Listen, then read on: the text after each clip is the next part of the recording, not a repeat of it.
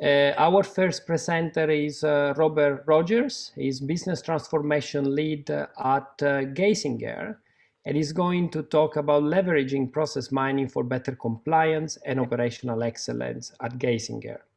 Robert, the podium or virtual floor is yours. Thank you. Good morning, everyone. I know I'm starting off today's virtual events, so good morning to those that are joining from maybe the West Coast of the US, and good evening to those that might be further east in maybe the Australian zip code or the Eastern Asian side. So good morning, all. As introduced, I work for Geisinger Health System in Pennsylvania. I work within the business transformation office. I work as a lead, so I manage a team of project managers and lead to deliver on a portfolio to improve the quality and the financial health of Geisinger. To give a little bit more about me so that you kind of know where I'm coming from in terms of being a problem solver. I have an undergraduate degree from Georgia Tech in computer science. I have a graduate degree from Lehigh University in industrial engineering. So I think I've kind of got that interesting mold that kind of fits into, how do we use data? How do we use technology to solve problems? And that's what I'm going to share a little bit with you all today. I do also want to say, thank you for the folks at Abby who, have been a great partner in terms of using their tools to do this. And you'll see some of their screenshots kind of embedded here as I talk through the problem that we're solving. So the next two slides are kind of the scoping or sizing slides of Geisinger. So for you to understand how large we are, we're an 8 billion in revenue health system. So we are a large rural-based, I shouldn't say necessarily just rural-based health system, but we are in Pennsylvania and in the New Jersey area. Here are some statistics about us. Again, this will help you understand our size. I'm going to tell you a little bit just about some things that may not show up on this slide deck here or this slide that are kind of interesting about Geisinger. So my understanding is that somewhere in the mid to late 90s, we were early adopters for Epic. So naturally, we go back far in terms of historic data when we start looking at our population. So that's unique about Geisinger is being an early adopter. There's a lot that Geisinger invests in terms of innovation. So we have certainly a lot of great tools. We're what I would call data rich. And I'll touch on that a little bit later. Data rich is fantastic, but sometimes when you're rich, it's hard to find it too. So, I'll briefly touch on that as we go. So here's just kind of the numbers that we generally put out front about Geisinger. We're a large health system. We employ about 33,000 employees across both our health plan, our clinical enterprise, any support services, and our School of Medicine. So, if you're interested in any other information about Geisinger, I'd say certainly look at us up on the website. Also hone into the Steel Institute. They've got some great initiatives that they got going on there, as well as a lot of our data analytics teams roll up through that group there. So what I'm going to talk about today is the specific use case, and we've got a couple that we've used here for process mining. I do want to encourage folks. It looks like we do have a number of attendees to go ahead and feel free to ask your questions as you go. If it's something you think you might forget by the end, I know that at the end of about 15 minutes, we'll start addressing questions. So don't hesitate at using the Q&A, and we will get to that here at the end. So this use case, we're calling it scheduling or front-end denials.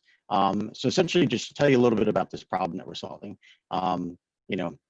We believe that we can reduce or mitigate denials by ensuring compliance with collecting all of the pertinent demographic and financial information and insurance verification early on in the scheduling process. And so we have policies and procedures to do that, but it was incredibly tough for us to measure this. And we wanted it to be more than just a number that was being provided to staff monthly. We wanted something that was going to be in near time, whether it's daily or even weekly, right? That allows us to provide the just-in-time teaching and training and behavior change that is needed to create the best practice or create the best behavior. So we knew that the process wasn't always being followed, and you can do that through observations, but observations are entirely objective. So naturally, we wanted to look to the data. We also, again, wanted to find a way to present the data that was meaningful for staff and gave supervisors and managers the opportunity to follow up. So when we started this off was earlier this year, pre-COVID. Of course, with the changes that have occurred, it might have had some impact in terms of what we're doing, but certainly whether folks are working in the office or working from home, depending on where you're pulling the data sources, you can still do process mining. So we originally narrowed the scope down to the patient contact center, which is roughly serving 562 departments or AUs for different specialties. It's roughly 300 schedulers, and we're doing 36,000 appointments a week. And to give you an idea of the magnitude, we do somewhere around 200,000. So it was a narrow scope, but we had an audience and leadership that were engaged from the start, which I think is key to this, to really pull this together. One note here is that we also have roughly 9 FTEs or positions that are outsourced to a contractor, which certainly we could look at performance there. So this is where I normally would stop in a real session or a live session where we get face to face and ask any questions. I hope I explained this well enough in terms of understanding the problem. And what's unique about this, again, is that we couldn't just go do auditing. We couldn't go do the normal observations. We really needed to pull some harder data here and put it into a software like Timeline PI that could give us some visualization. And so here's the approach that I wanted to discuss with you all and to give you an idea of how we've gone about doing this. So when you look at, steps 1, which is really kind of, we discovered that we wanted to solve this problem, and we identified Timeline PI as being the best tool to do that. We began to pull the data, and this is where, for us, it was a little bit challenging just because we're data rich. And if you're going to ask me, I don't fall within the analytics group. I fall in operations. So I wouldn't necessarily know where to get the data. So right away, we pull in, a data engineer, somebody that's, expert that will understand where this data is housed and how best to get it. We also had consultants that we were working with in the rev cycle side. So, and kudos to them, Chartis Group, they're fantastic to work with. So pulling them in right away. We pulled in the business, we pulled in the trainers, and we basically got everyone together really early, right? And we didn't wait until after the analysis. We wanted to make sure that everyone was kind of on board so that as we pulled this together, we were able to deliver something valuable soon, maybe not at the cadence we wanted to, but not to include them as an afterthought. So when you look through kind of the phase 1 to discover and analyze, one of the things we put on here to really accentuate is early collaboration. And that's what I think has made this very successful, is including people early on. And so as we kind of transition through the additional phases 2 and phases 3, we were able to really quickly quantify the value to our organization. And again, certainly this is an iterative process. So as we were doing that, we were able to look at variation. We were able to look at, where are there other opportunities to improve this process? And at the end of the day, I'm an engineer, so I appreciate being able to see the variation, and I'll show that kind of what it looks like visually on the next slide. So once we got together what was a good report for them, and we got staff, the training completed, not completed, but prepared and rolling out the 300 staff, we were able to, essentially operationalize this and provide the feedback to them so that they're able to improve this. And so what has been great about using a tool like this is that we've been able to monitor the process. So it's something that's continually ongoing. And I'm now kind of in the 9th phase here, the 9th step. That's kind of the expand and explore further.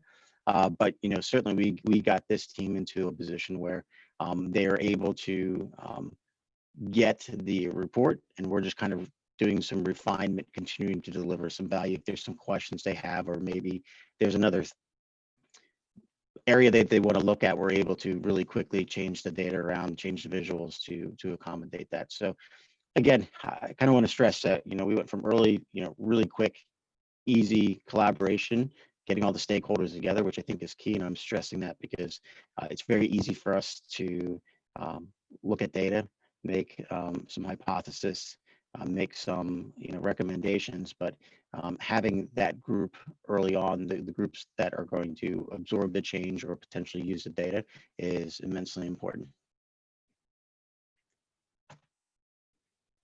All right, so here are some of the screenshots we included. So looking at this here, going from left to right, the schema discovery. So looking at this is essentially a visualization of the process. And when I say the process, we know process is never linear. And especially when it becomes folks that are humans interacting with a piece of software.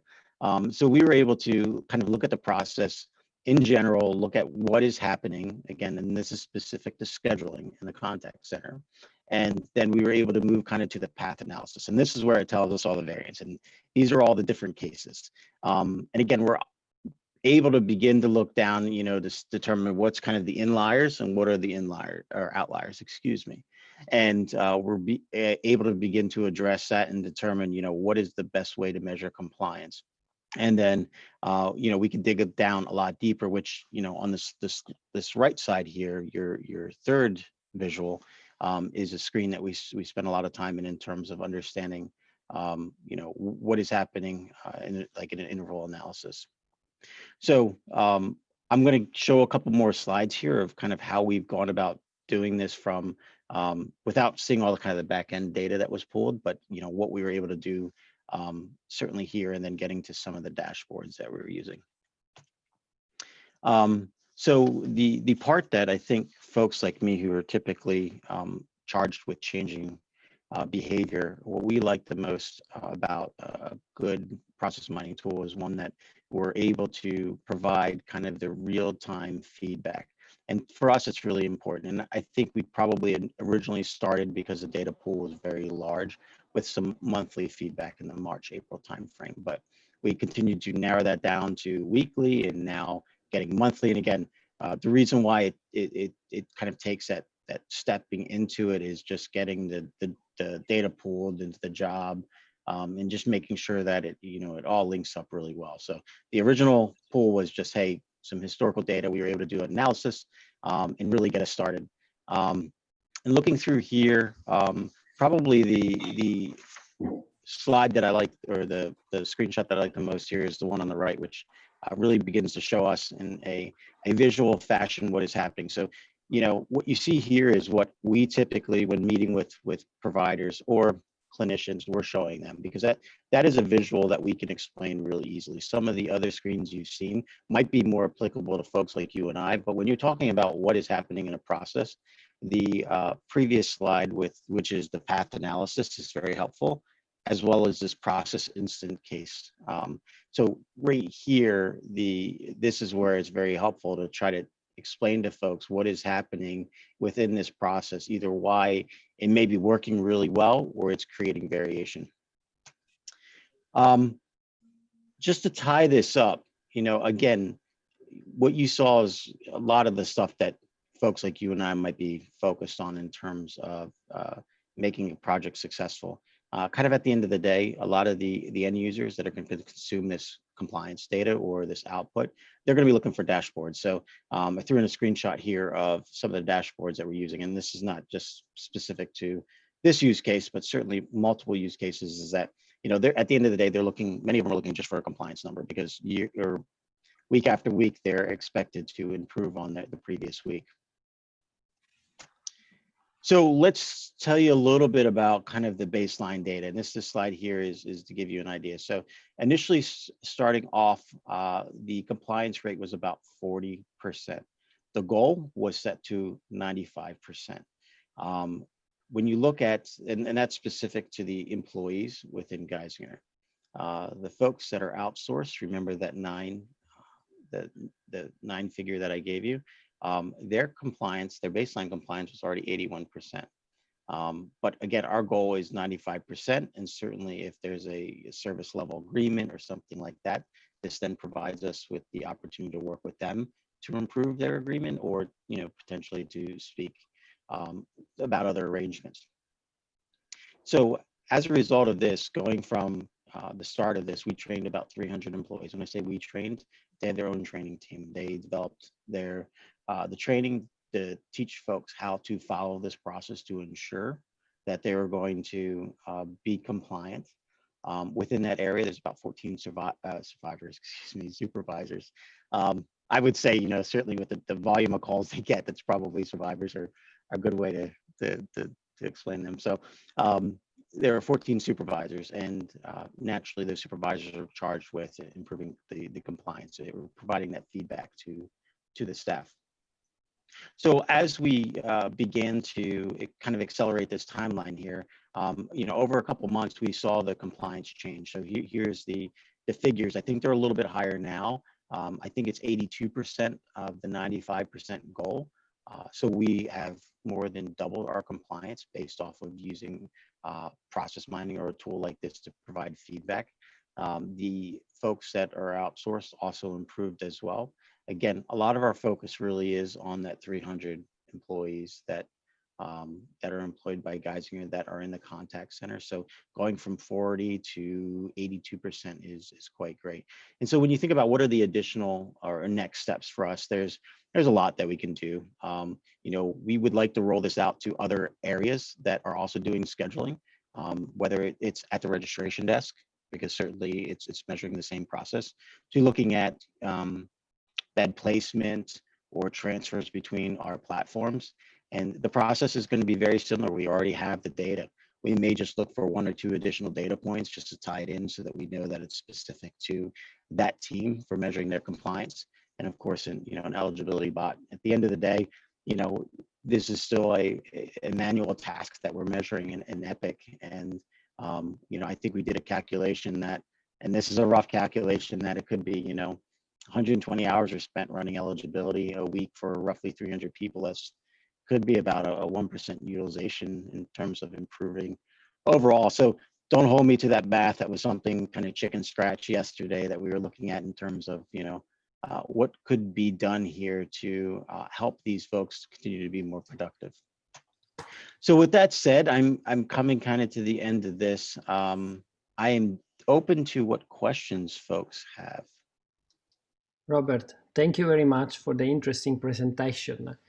While we get the audience warmed up, so please feel free to raise your hand or use the Q&A functionality. Let me start with a question. So Robert, you said that the main use case was centered around improving compliance. Can you elaborate a bit more on the type of compliance issues that you guys were facing?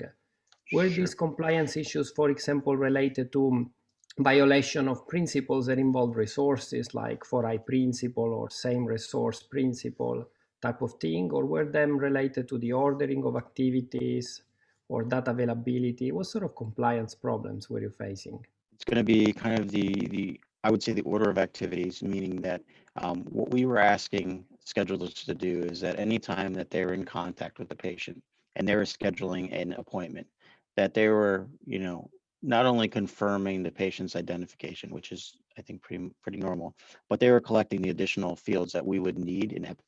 This is typically called MDS, a minimal data set, or minimal financial data set, which is kind of all the initial demographic insurance type information that we need to ensure once we give care, we're able to deliver an accurate bill and reduce the possibility of a denial. You'd be surprised how easy it is that you miss something like an insurance information, or you've got some bit of information wrong. It could be an address, and that right away will give a payer a reason to deny the claim. So for us, it's for ensuring that each of these fields were being collected and validated each time a patient was scheduled. Thank you. And did you show the results back to the employees? So you talked about better training. Was there any cultural barrier in accepting these results when they were confronted basically with reality? So I guess you would have found that some employees were more prone to be non-compliant than others, right? Yeah, I mean, there's always going to be those employees, and I think that's where the one-on-one conversations with their supervisor comes in to be more appropriate.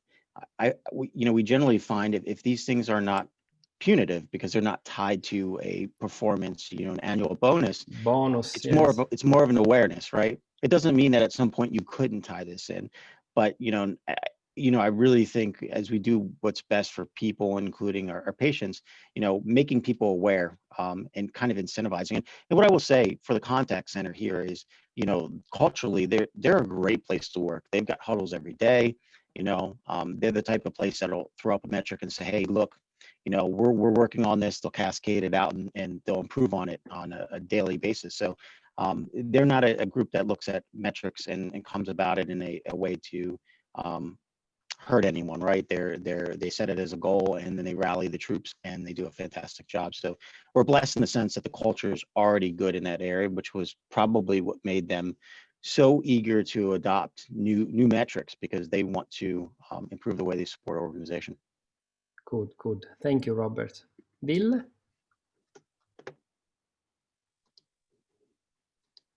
Yeah, so thanks for the great talk. So the improvement going from, let's say, 40% to this 81 or 82%, I think is very spectacular. On the other hand, what was not so clear is how the insights were, let's say, translated into actions, because if something changes, there have to be some actions. Was this purely, let's say, motivational? Or were there also, let's say, some automated actions in place? So if you're asking if there was anything that was done as part of their workflow to improve compliance, the answer is no. Because in my mind, we were thinking things like a hard stop. Could we change the interface to really ensure, but we weren't able to make any changes to Epic. So for us, it really comes down to just providing awareness to their compliance rates, which moved it from 40 to 82%. And again, I think it's just conditioning employees to do what is kind of expected and providing them with that feedback so that they know there is a way to measure it. Did that answer your question, Will?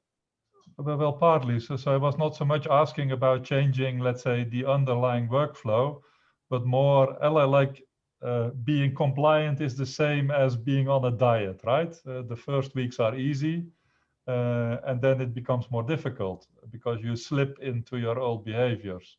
So there could be, I don't know, automated mechanisms that see that, I don't know, if in a certain department compliance drops below 75%, that there would be some automatic trigger. But what I understand from you is that this was all, let's say, human. Also the detection that a new motivational training is needed or something like that. Well, yeah. So there's a lot we probably could do in terms of, if we set a threshold and a drop below that threshold to send out a reminder. That is absolutely possible. In this case, there were times where the percentage, and I probably should have shown a graph here so you could see that it's not just an upward trend, right? There were times where there was a little bit of a dip in compliance, and I don't know that I ever tried to look at what the root cause was. Certainly, I was looking at the overall trend, but we could certainly put a threshold on it to notify people. And there's a lot we could do, right? As we were going through leadership to provide them with this information, certainly it could be directed towards the person as they're performing individually. But again, going back, it's the difference between a diet and this process is this is part of their standard work. This is exactly what the expectations of the job was. And, I think, and I want to speak in general terms about how I think we work as humans is that, we are pressured to execute on a project or your job, and you will find the fastest way through your job. And I think this just reinforces that there is a couple additional steps that may not feel that they're important for you to schedule the patient, but if you look downstream, it is immensely important for us to get a bill out accurate. So while I guess it works kind of similar to a diet, none of us are really expected to be on a diet, I don't think. But if you were having a coach that's telling you, every day or every week how you're performing on your calorie intake, could be a challenge at times, but we've got spouses that help with these things. Okay, so now we know we don't we don't need to get Robert started on diets and compliance. Thank you very much, Robert. So in the interest of time, we can continue the discussion offline. Very interesting presentation. Was a pleasure to hear you. Thank you. Absolutely. Let's move to the next presentation. We've got Thomas Verven. Thomas is a senior audit manager at Philip Morris International. Alrighty, And Thomas, do you hear me, Marcelo? Yes, we can Alrighty, see you perfect. as well. So let me share my screen. You see my screen? Just want to confirm. Yes, all good. Alrighty, perfect. So welcome everybody. My session is a bit different. I'm going to walk you through how we use process mining in the internal audit world here at Philip Morris International.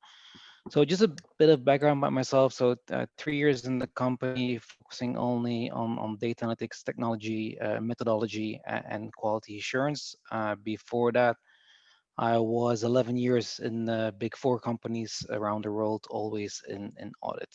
So similar to Robert, company background, I think everybody's familiar with Philip Morris International as the biggest tobacco company in the world. We're moving from a traditional B2B market towards a full B2C market with new products and so on. And as a result, there's a lot of changes and a lot of transformation that goes with this. Our size of the department is around 50-ish, 55 people more or less. We have 75 audits per year, and we're split up between the different regions and groups that are able to do the different audits. We, as the center of expertise, is basically an enabler and an accelerator for the different other functions. So we focus primarily on technology, analytics, process mining, machine learning, robotics, and so on, as well as making sure that, look, it's all great to have that technology, but if the people are not able to use it and are not able to train to use them, there's not much you can do with the technology. So we're focused on capability building and also on quality assurance throughout the audit lifecycle. So why in general? So we have this digital audit transformation, I think that a lot of companies are going through. In general, like I said before, we were moving from B2B to B2C market. And as a result of that, we're going in significant transformation in different processes. We are exposed to new risks, to new ways of working, to new capabilities, technologies, and so on.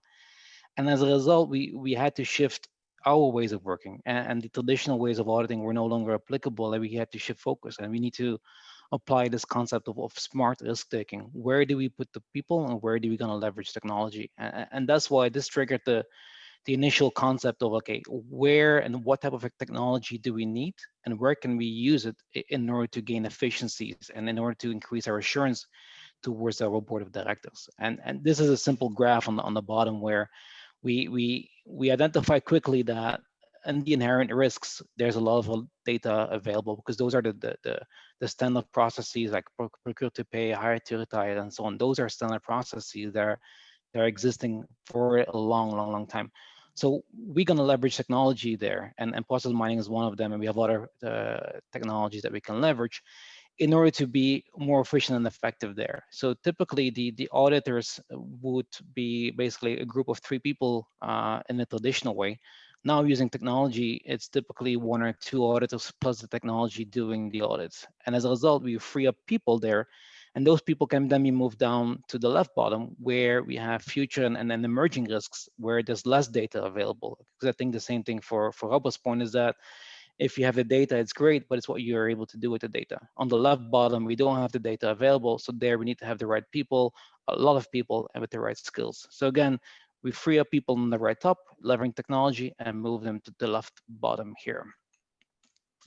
So why process mining? And I think here Mark can confirm as well. Through Gartner, we clearly identify that 25% of the companies in the internal audit world are using process mining for various means. And we have regular chats with companies like Nestle and P&G and ABB and the others, and the likes, and Bayer, as well as during the keynote, on how they're using process mining as it is. And all of them, it's very simple. use it for their walkthrough or their process understanding, rather than having to talk to 20 people or 5 people, whatever, to understand how the process is working. You can leverage basically the data to actually see and understand how the process is working.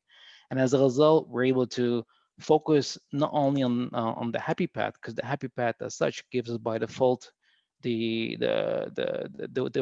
right way of working. We focus only on the deviations. So only there where it's going wrong, we're able to focus, and then we are able to do our risk assessment on that, and be able to identify the high, medium, low risks, and then automatically we have enabled the solution as such to generate automatically all of the exception and the testing that the auditor needs to do. So it's still it's a very powerful mechanism for us to understand the end-to-end process, to be more effective, more efficient, to focus on the exceptions, and just by design be providing more assurance towards the board. And then lastly, which is a side effect as well, is that we are able to compare markets now. We're able to across regions, across affiliates, and so on, where two countries in theory they should be working the same. Now we can actually see with the data if they're working the same way or not. If not, then we can do an audit as well to verify that. Our journey started more or less 4 years ago, and then I think a lot of companies that went through the same journey, they understand that the data modeling in the beginning and the event log creation is one of the most difficult and challenging things that you need to do together with the vendor and the people in IT. Once that was set up, we did a small POV on the different business cycles to verify, okay, all of those efficiencies and benefits that we're looking for, are they going to materialize, yes or no? And then we quickly realized that the benefits were there, but still they were not as high as we were expecting. So we did a few pilots, did some refinement, making sure everything was working, and ultimately we got the benefits that we're looking for in order to also to offset the costs from using the tool on an annual basis. So then we moved along to the global rollout. We have daily updates from our systems, and then we pushed as well to our first line towards the shared service centers in order for them to use it from a process excellence perspective. And I think it also ties back to the question that Will asked, and what direction we're going. Next one is that we have sliced and diced our, for example, our purchase to pay process in different sub processes, and by sub process we have identified risk indicators, and every risk indicator has a certain threshold that we have defined, and the moment that the is being reached or exceeded, or we see a positive trend in this threshold, automatically we are getting notified of this, and we see that a certain sub-process or process is becoming more riskier than it used to be. And as a result, we're getting triggered that, this is going into the wrong direction. Should we do something? Should we just communicate to the affiliate that they need to fix it, and then we're going back to an audit? Do we just send it to our second line of defense? Or by design, are we going to do the audit? So we're moving away from a traditional audit plan with a fixed schedule of doing a purchase to pay audit to fully dynamic and agile, and using the solution on for our needs. And the solution will tell us where to go, when to go, and if to go. And this is the direction that we just started a few months ago, and we're currently piloting this in a few markets. So the ultimate assumption is that technology will give us efficiencies. That's great, but like, how can you see it now in the actual audit world? And again, I'm not sure about the level of audit expertise in the audience, but a typical audit is basically here on the blue on the bottom, where you have your interviews, you understand how the process is working, you document it accordingly, you define your sample, and then you do your sample testing and you verify that everything is working as it should be. That's great, and it provides you a certain level of assurance, but we want to do more and better. So we're using the process analytics in the beginning to do a full remote understanding of the process. So there's no more need to talk to people. We see how the process is actually working end to end. We see the deviations. We can do the scoping much better, much more efficient, as well as the actual testing then ultimately is even, I would say, even more efficient, just because we focus only on those exceptions. And again, like I said before, our solution is set up in such a way that automatically spits out the exception, and just the auditors need to verify it and do so. The efficiencies here, you can call it efficiencies in time, efficiencies in people, and the efficiencies in money. it's throughout the way, and you see at the end of the presentation, I have one more slide with some KPIs there. You'll see actually what the different efficiencies are that we're able to capitalize in this. So again, ultimately in the design phase, we got much more better understanding of the process. It was data driven. We talked data end to end. It was easier to benchmark through the conformance mechanism, where you basically define what the process should be looking like, and you identify automatically the exceptions from the conformance. So your scoping is better, your scoping is data driven. You see everything from a high risk area that you may not have identified in the past, much more easier and effective. On the flip side, in the operating effectiveness phase, we have much more assurance because we do 100% of the testing. We have all of the exceptions that we identify are data driven, so they're non-negotiable basically when we clear the findings with our stakeholders. And ultimately, it's also easier for us to do the follow-up over time. When they have fixed it, we can just go into the solution and we verify, okay, have they fixed it, yes or no? If no, again, we talk to them, we see what we can do in order to make it better. Then that's all great, the technology, like I said before, but like you can only use it when the setup of a team is working properly. So we have the audit team on the right side, and they do the audits, and we have trained all of them, and then continuously throughout the year, those guys are being trained. So we apply the concept of self-service, meaning that they can go into the solution themselves, they have access, they're trained, they know exactly what to do, where to look for, and how to capitalize on the technology as such. We have predefined dashboards in there where the auditors can go in, use them, drill down, and so on. And if they need support from an insight perspective, they can go to talk to my analytics translator, who will help them understand how dashboards are working or certain business processes or deviations. If they have a new request that doesn't exist as part of the self-service, then they will talk to the translator talks to the operation and to the back office. They develop it, doesn't make sense, yes, no. Is it something we can industrialize, yes, no. And if you can industrialize it, it will be provided again to the self-service. And then the people on the audit team will be trained in order to use that new technology that we have provided in there. So all of this is working pretty smooth, I must say. And as a result of this, we have the 5-day training that we have in the teams, just for them to do it themselves. This was crucial for us to be effective and efficient, is let the auditors do the work themselves. We tried to do it in the past as a service. For my team, we do the assessment, we provide a golden plate, here you go. We quickly realized that we were missing certain business understanding, so we push it to the auditors, we train them. This is number one, the moment they onboard, not only process mining, but any technology that we have, they need to be trained. It's part of their objectives. If they don't do it, they get some impact on their bonus and so on.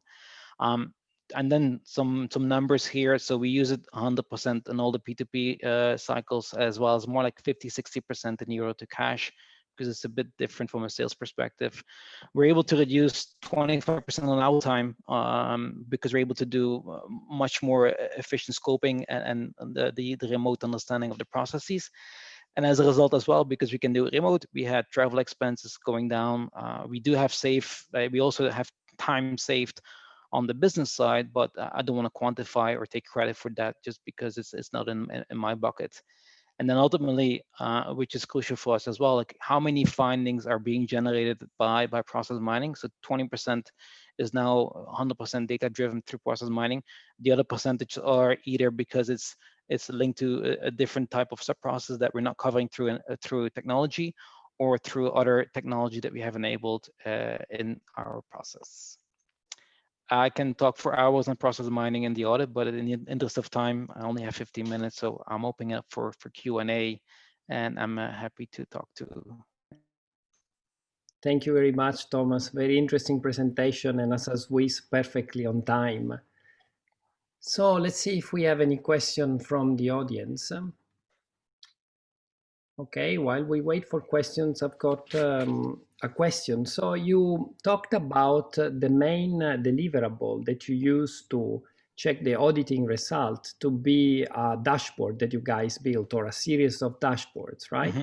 Correct. Do you also mentioned in terms of analytics, conformance checking, right? So checking against, was it against a set of business rules or against a BPMN model, like a normative model? This is a normal model. So we together with our business people on the first line, we talked to them and said, look, how is this the standard business process should be looking like in your given affiliate? Because again, like we have various affiliates with different models, and then we applied that model towards the reality. So it's much more driven by the shared service centers and by the first line, basically the business, and then we just capitalize on their investment in order to speak the same language together with them. So these models in BPMN, they were made available by the Yes, business exactly. for auditing purposes. Did you find any problem matching the level of abstraction of the BPMN model with the level of abstraction of the data? Were these models at the same level of abstraction as the maps that you were getting from process mining? Yeah, we were still in the early phase in this one from a conformance check, because we're still piloting to see what is the value that we're getting out of it, because we don't want to confuse the auditors between the conformance check that they can do together with the indicators that we build specifically from an audit purpose, just because otherwise they're getting confused too much between the two. So we're still piloting and assessing to what extent we can use the conformance, just because to your point, there's still a lot of false positives that are being there, and a lot of sidetracked attention, I would say, where people are just spending too much time assessing to the misalignment of the conformance versus actually the high risk areas in the audit. Of course, Thomas. Thomas, I have another question, and this is to I think many process mining initiatives. So you always hear this, okay, 25% on operational value, something like better compliance and so on. But what is the actual impact on your clients? What is the actual impact on, does it really improve your situation in the market? What is the experience with clients? Has it improved? So the actual customer value is sometimes missing. And you have any indication on how this or kind of supported your position in the market? Well, when you say position in the market, our clients, we only have one client, and our client is the audit committee and the board of directors, in order to provide assurance over the processes. They are a very strong advocate of technology, and they believe that they're fully supportive of the investment that is there. And again, to my point earlier, more positive assurance is very difficult to measure, right? We can provide assurance because you do sample based and statistical based. You're able to provide X percentage of assurance. To do full population testing, do you have 100% assurance? Not really, not necessarily, but we can only do as much assurance that we can provide. But again, that's it. Our only customer is the board, and that's it. So if we say customers as the business, those are just our counterparts. We work side by side just to understand the technology, but they're not our customers. But maybe I misunderstood your question. No. It's in general. It's more in general, and then because you were talking about procure to pay and so on, and I see it many times. But then you see that, for example, if you don't translate this into, for example, better client value or pricings and so on. Well, yeah, look, yeah. We started it in the audit world, and then we demonstrated the potential towards the shared service centers, and they quickly realized saying there's a lot of potential there. But for them, it's still, we see the adoption much more, I would say, slower in the shared service centers. And it's a bit more difficult for them to justify the costs associated to process mining tool, and also to increase the adoption of the people, I must admit, yes. I guess the challenge there is to find an owner of that problem, somebody who will champion it outside auditing, right? Because this is basically not your purpose nor that of your unit. Exactly. So you need somebody else from the actual business units to champion process mining. E.g., you applied it to procure to pay, somebody within that area would be the next client, as Mark was mentioning. Exactly. And that's why we pushed the full ownership, and we didn't want to do any budget or any shadow IT whatsoever, or any development. All of that has been pushed away towards IT and to shared service, and now we're just a customer of the solution, and we do the development still ourselves into the solution for our customer dashboards, but we push the ownership to where it belongs, which is the business and not us. So Thomas, there are various questions from the audience. Let's go through some of them. Okay. So Luke Van Blerk asked, in Audit, there are many ways for analyzing data, varying from Excel to existing SQL queries and existing BI tools. Then why and when do you go for process mining? Okay, so we have everything that he's mentioning as well. So for us, process mining is, we use it predominantly for the remote walkthrough understanding, because again, you see the flow end to end. So we use process mining for the scoping exercise predominantly, and then we have other technology as well, like analytics, extraction, and SQL, and so on, to do other types of testing to complement once we have defined our scoping. So the scoping exercise and the remote walkthrough is still, for us, the biggest benefit that we're seeing. So yeah, I hope that answered the question. Thank you. Marco Sepulveda from South America is asking, what functionalities need to be added to the current process mining tools so that the number of problems that can be detected with them increases? And you can answer specifically in your experience with auditing. Like, what else do you think is missing that could be added that would make your life easier? Yeah. I don't know. I need to think about it a bit more, because our biggest struggle with the solution as it is now is just the dependency on the system that we're using still as a company. Meaning yes, we have SAP, but we have various other solutions out there. So still the biggest struggle I have with the tools that are existing now is just the decentralization of our tools, and many other companies have the same issue, is that you're not able to combine data sets from different systems into one, or the event log is super crazy to be built. So as a result, all of the companies are focusing on SAP only, and the moment you have a process or sub-process deviating from SAP, then yes, there's some struggles there, and that's the limitation that we're currently facing with the process mining tools.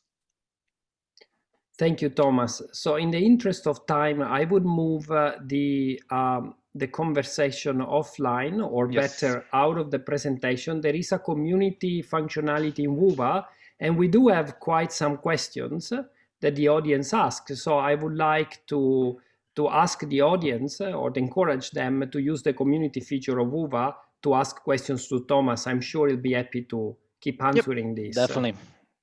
No problem. Thank you very much. Thank you. Thank you very much, Thank Thomas. you. Bye-bye. Appreciate your input to the Industry Day. All right, so let's move to the next and last presenter for this session. We've got Magnar Naust Dalslid. Magnar is a senior advisor in Statistics Division, Analysis and Development Department within the Norwegian Directorate of Immigration. Hi, Magnar. Hello. How do you do? And he will talk about process mining and immigration in Norway. Magnar, yes. The podium is yours. Thank you very much. I'm happy to be here. I'll try to share my screen. Let's see. There should be. Let's see. Can you see this one? Not yet. How does it work?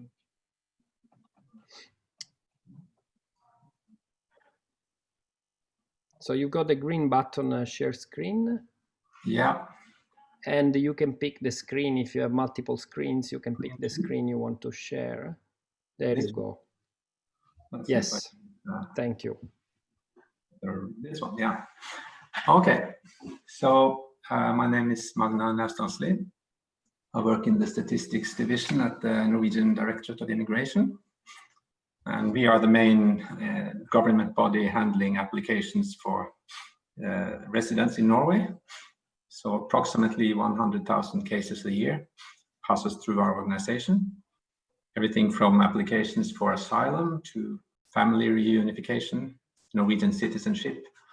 And we also deal with cases involving revocation of applications and expulsionalist law enforcement kind of activities.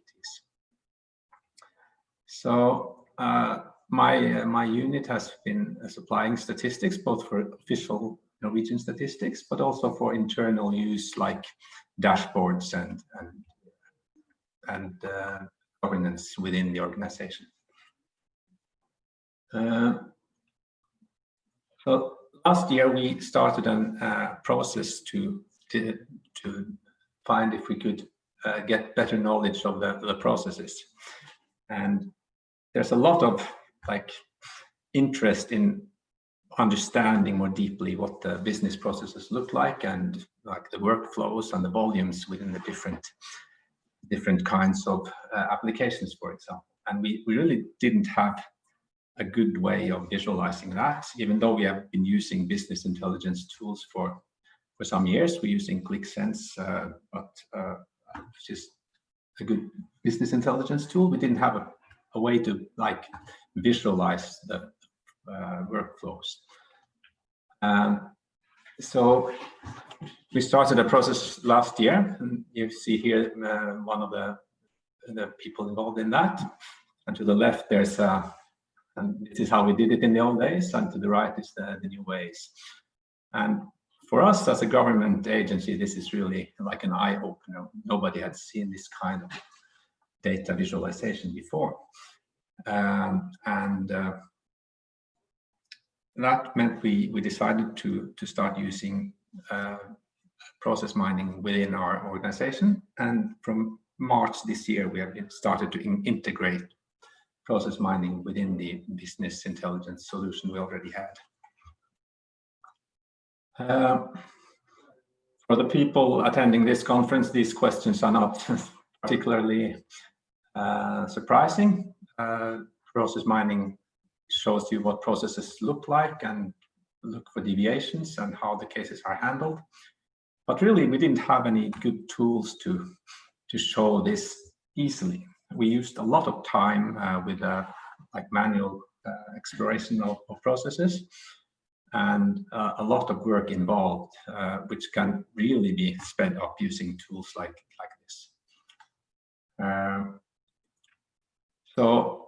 And our data is these kinds of event tables that we need for process mining. They are in all of our systems, in all of the process that we work with. You have this kind of timestamps. So basically, it can be used for anything. So it's quite easy to integrate within our existing BI solutions to expand those with process mining functionality.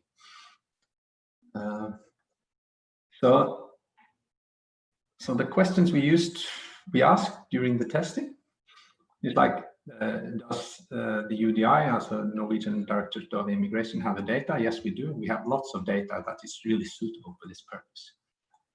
And do we get new insights? Yes, because basically we didn't have good knowledge of. We have ideas about what the processes look like. And for example, if there are delays in the processes, the process takes more time than it should do, people will start making hypotheses that, for example, some part of the process is slow, but you don't really have the factual basis for that. So that could lead to skewed decisions, which you will avoid. I'll get back to that later in the presentation.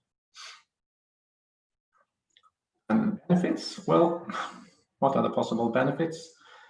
First of all, if we can cut down the lead times in our processes, for example, an asylum application process is extremely expensive. So every day the applicant will stay at a reception center at a high cost, and if that process is prolonged, it's very expensive. So if you can shorten that time, benefits are huge. And also, any kind of waiting period to get a permit comes at a great cost to the applicant. So you might have to wait for a long time before you're allowed to come to Norway, for example, for family reunification at a great personal expense. So at the moment, there's a lot of focus on how do we get a better control of the application processes across the board. And we are within a process now to reorganize the entire structure of the organization, basically centered around processes to a much larger extent than before. And so we need a tool to facilitate that and to quickly develop, for example, dashboards that will enable decision makers and people working within the processes to take the correct decisions. Here is an example from our solution. I'll show you some live data in a minute, but just a couple of slides. Here is how this will look in practice. This is an illustration of the application for asylum in Norway. And you see, we have some cases that have been decided this year and last year, about 3,000 cases. And the average time is like 205 days, which is quite a long time. And the goal is to get that time period down to like 3 weeks for the majority of cases. And now it's only 24% of cases that are handled that quickly. And here you see a graph showing like the development per month. So we're well below that goal at the moment. But basically, if you don't reach this kind of a goal, the management will not understand exactly where in the process does something go wrong. So with process mining, you can get a much more detailed understanding of how that works. So you get here's the application process. In case it's open, this is when the person applies for protection in Norway. And this happens at the police, actually. They receive the application. And then they will pass the case to UDI after a while, after doing some preliminary investigation about identity checks and things like that. This will take an average of 2 weeks. And then from there, there are 2 paths here. Oops, sorry. 2 paths, one without interview, for example, children are not interviewed, and one with where you interview, an in-depth interview. So here you see the different steps along the way, booking an interview, waiting for the interview, and then after the interview, making the decision.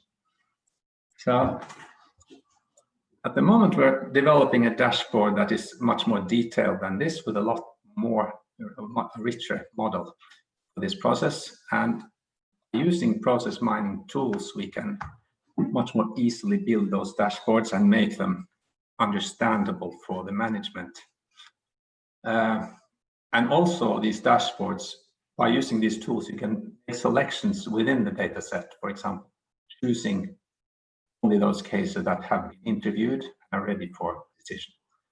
So people working with the cases can also use this tool to manage which cases should be given priority, for example. So this is one example, the asylum application process. We're doing a lot of work to streamline that. But then at the same time, we're working now on a pilot project to make family reunification in Norway, to speed up that process and to get a better understanding of what's going on. So here's another example of that. By using our solution with business intelligence and process mining, you can develop this kind of a dashboard very quickly. We built this just within a few hours and used it for that pilot project on family reunification, which is now going on. And there's a pilot group working on concrete cases, just trying to make that entire process go much faster and developing each step of the way to make initiatives to improve the process. So for example, it's quite difficult to see here, but this path here, for example, this is interview when we interview the people living in Norway. And there was this kind of misconception within the organization that this path was responsible for a lot of delays, but we see there's a very small percentage actually going that path. So by using this kind of process map, you can quickly dispel some of the myths and focus on the more important aspects. For example, the main flow, which is from here and straight down here. So how does this work in practice? I thought I'd show just a little live demo from our solution. See if I can find it. This show here, yeah. So this is, now we're in the live data. Everyone see this? Yeah. Yes, Magda. Yes, so here is the asylum process that I showed in the slide. And to the left is the process mining. And what we do is, here, this graph to the right is like what the management want to see. You want to see this graph going up to a much higher percentage handled within 3 weeks. But the people working with the cases, concretely working with the cases, they can make a selection, for example, here, and select only these cases. And then you narrow down the data set. And this is quite easy to learn for people working with like case management. And once you've done this by using the selection tool within the process mining tool, you can go and you can look at, for example, some case. Let me show you here. They will go to this page and look at the concrete cases with the case numbers and everything, and make priorities. So you can drill very easily from a sub-process down to a list. These numbers are not, these are scrambled numbers for the case of presentation, but in the system you'll get real case numbers and case identities. So it's like a sub-purpose. It's both to get an understanding of the bottlenecks, to dual purpose. I mean, to get an understanding of what's going on, but at the same time, we use it as dashboards to assist those people working with the cases. So it's quite, for us, it's an efficient way of solving like two problems, both management information at the top, what's going on, and at the same time to create operative dashboards for those working with the cases. And by so far, we only had this tool for a few months, so we're in the process of rolling it out and distributing licenses and giving people training. So there's a lot of things that we still haven't done and that we're planning to do. But from my point of view, this is a really fast way to get a much better understanding of what's going on. This kind of visualization here is like, we never had that before, and it's really useful for us. So then next thing I wanted to show is just how quickly we can use this functionality. This is like for the second slide I showed you. Here's a standard like click dashboard with some cases for family reunification from the last few years. And then let's see, you can generate, let's see, and now it's building this process mining app. So for this this pilot project on family reunification, we used like the same kind of solution as for the asylum, but with a totally different subset of the data from our database, and with a different set of events and a different set of case dimensions. But the end result is more or less similar. So here you can just open this app that I just built using this tool, and you get the same kind of, this is in Norwegian, but this will be the same as I showed in the slide. The cases here, and you get the process map on up like here to the left. So this has been, I think it's a very good start for us to like develop visualizations that will help both the decision makers and the people working with the cases themselves to manage the different portfolios within our organization. Thank you very much, Magnar. Basically what I wanted to show. And yeah, thank you very much. Thank you. Thank you for the presentation. We've got a question from Daniel V. Daniel is asking, does the organization use ClickSense also in domains other than process mining as a BI tool, or were you guys already using Click? Yes, we've been using ClickSense for 5 years. That we chose that solution in 2015. So we've been using that for dashboards for like both at the organizational level and more like much more specialized apps too. And we use it, the main purpose of Click within our organization is to manage, I would say to manage unresolved cases, like to people working with the cases and to understand how many pending cases we have, how old are they, which ones should be handled, for example, this week. And by using, like now we have integrated process mining within Click, it makes it easier and better to give us a better understanding of what's going on within the cases than we used to. Yeah. So I have a follow-up question from that. So you are using process mining basically for operational support, to provide support to the employees in assessing applications, right? For example, for family reunions. Not so much for assessing the application, but to make priorities to understand. To reprioritize, right? Yeah, so to identify those handled today, which cases because it used to be like within the case management system, you had this kind of like micromanagement systems that were developed within different portfolios. But now we can make more standardized ways of handling those portfolios, and like which are the same across the board, which will make it easier to understand all the way to the top what's going on in different parts of the organization.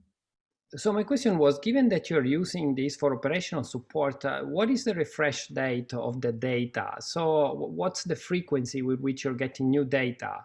Is it like real time, quasi-real time, on a daily basis, you get a new feed of data? Yeah, mainly daily refreshes, yeah. But we are building now a dashboard for the asylum process that we really want to have much more frequent updates. So then we will need, we think we will need a better ETL tool than we have today to make that possible. But we could build for every hour now, and that's the maximum refresh rate that's possible within our data warehouse solution. It depends indeed on the type of process. So it depends on the frequency with which you get new events logged for that particular process. Yeah. If you get them logged every hour or so, then hourly refresh rate would be fine. Yeah, the database is continually refreshed, but the data warehouse is only every hour. So and the tables that we use mainly are updated every night or every morning. So yeah, it's not like. Thank you very much, Magnar. Daniel was also asking, just to wrap up the session, whether you have also considered conformance checking. Definitely, yes. But we haven't looked that deeply into that functionality yet. We have been building dashboards with process mining functionality, and of course, there's also conformance checking like an extension within the system, but we haven't made enough use of it yet. But definitely that will be used in the future. Thank you very much. And Will, just a quick one. Yeah, it's a bit similar to the question just asked. So if we look at this dashboard, so by the way, thanks for a very nice presentation. I always love it when people show actual data, actual processes. But if you look at this dashboard, you see that only 10 of 350 variants are being shown. Yeah. And that triggers exactly the question that Marcello just asked. From a compliance point of view, yeah, these other variants may be very interesting. So I was wondering whether you looked into that. Yeah, like for example, showing all the variants like this now to see if it can. Well, it may be interesting to look at the things that happened only once that may indicate a very severe compliance risk, right? That what we immediately discover when we use this is like there's some data quality problems. Like for example, like inconsistent order of events. So what we saw a minute ago, like this looks nice, but you. No, but so what we're working with the people in the, for example, family reunification is to standardize how things is registered in the system, so we don't get inconsistencies like that. So but this is pardon? But if you use Meerwerk and you say, okay, this is the process model that I kind of would like to have, you could also see where in the parts are now the most severe deviations, right? And that's now not so clear. Definitely, and there's one example of how we use that is when there's a cases for revocation of permits, you always have to notify the person, and then you have to get a reply before the person will have a possibility to answer. And this reply was not registered in a consistent way, so we couldn't find the data. And then you can use the tool to identify which cases lack the proper registration, which is what in that case was like 70%. And we can take steps to alleviate that problem. Yeah. Thank you.